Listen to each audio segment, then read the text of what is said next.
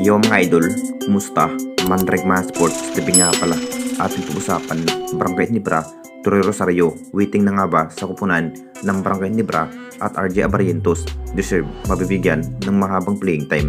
Pero bago na nga yan, kung bago pa lang sa aking channel, huwag mong kalimutan mag-subscribe at i-click ang notification bell para like kang updated sa ating dito sa upload natin. So ito na nga ba ang kinahihintay ng ating Barangay Ginebra, ang pinangarap na makakaabot sa semifinals matapos tinalo ang kupunan ng Meralco sa mainit sa pagharap ni Justin Brownlee at Alin Durham mga idol sa quarterfinals. Hindi pa rin magiging hadlang ng ating Barangay Ginebra ang kanilang nagiging performance dahil pasok pa rin ang nagiging average na makuha ang nagiging malaking panalunan sa kamay ng Meralco. Si Justin Brownlee pa rin sa isa sa pinaka nagpupursige sa bawat laban mga idol. Hindi na rin pinaporma pa ang kupunan ng Meralco. Isa na nga yan si Alin Durham mga idol. Respect pa rin si Alin Durham sa naging performance ng ating best import na si Justin Brownlee matapos tinalo ang kupunan ng Meralco. Ang plano sana ng ating Barangay Ginebra mga idol, kunin na nga ba ito ang nasabing big man na si Troy Rosario sa kamay ng ating Barangay Ginebra? Waiting na nga ba ito si Troy Rosario na mapupunta na nga ba sa kamay ng ating Barangay Ginebra?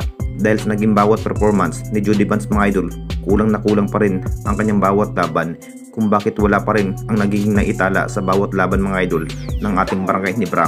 Isa pa rin ang SMC dito mga idol na interesado na mapupunta ang isang Troy Rosario. Ito na rin ang mas magandang iikatandim ng ating best import na si Justin Brownlee. Ito na rin ang dahilan kung bakit kinuha si Jody Vance, dahil kulang na kulang pa rin ang nagiging big man ng ating Barangay Ginebra at puro point guard pa rin ang marami. No Isaac Go dahil sa mainin ng guto injury at walang Jimmy Malonzo. Posibleng kung makapagdesisyon na rin si Al Francisco mga idol, talagang may chance pa rin na hahabol pa sa semifinals ito si Troy Rosario. At dito na naman tayo sa isa pa nating balita. RJ Abarientos deserve mabibigyan ng mahabang playing time. Alam na nating lahat mga idol, malaking factor pa rin ang nagiging bawat outside maker itong si RJ Abarientos.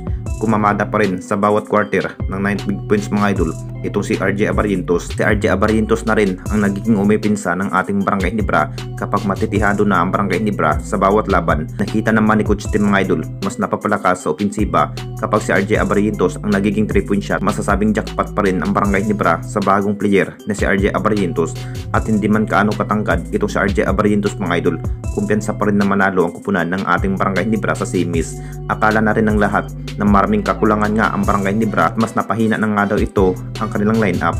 Pero sa naging husay at angging galing ni RJ Abarientos mga idol, talagang deserve pa rin na mabibigyan ng mahabang playing time. Malaking naaambag na rin sa opensiba at masipag na rin sa defense ito si RJ Abarientos. Ito na rin ang dahilan kung bakit nakakaabot ang Barangay Ginebra sa semis. At hindi pa rin biro ang kanilang nakakaharap dahil may pwersa pa rin ang kupunan ng Meralco.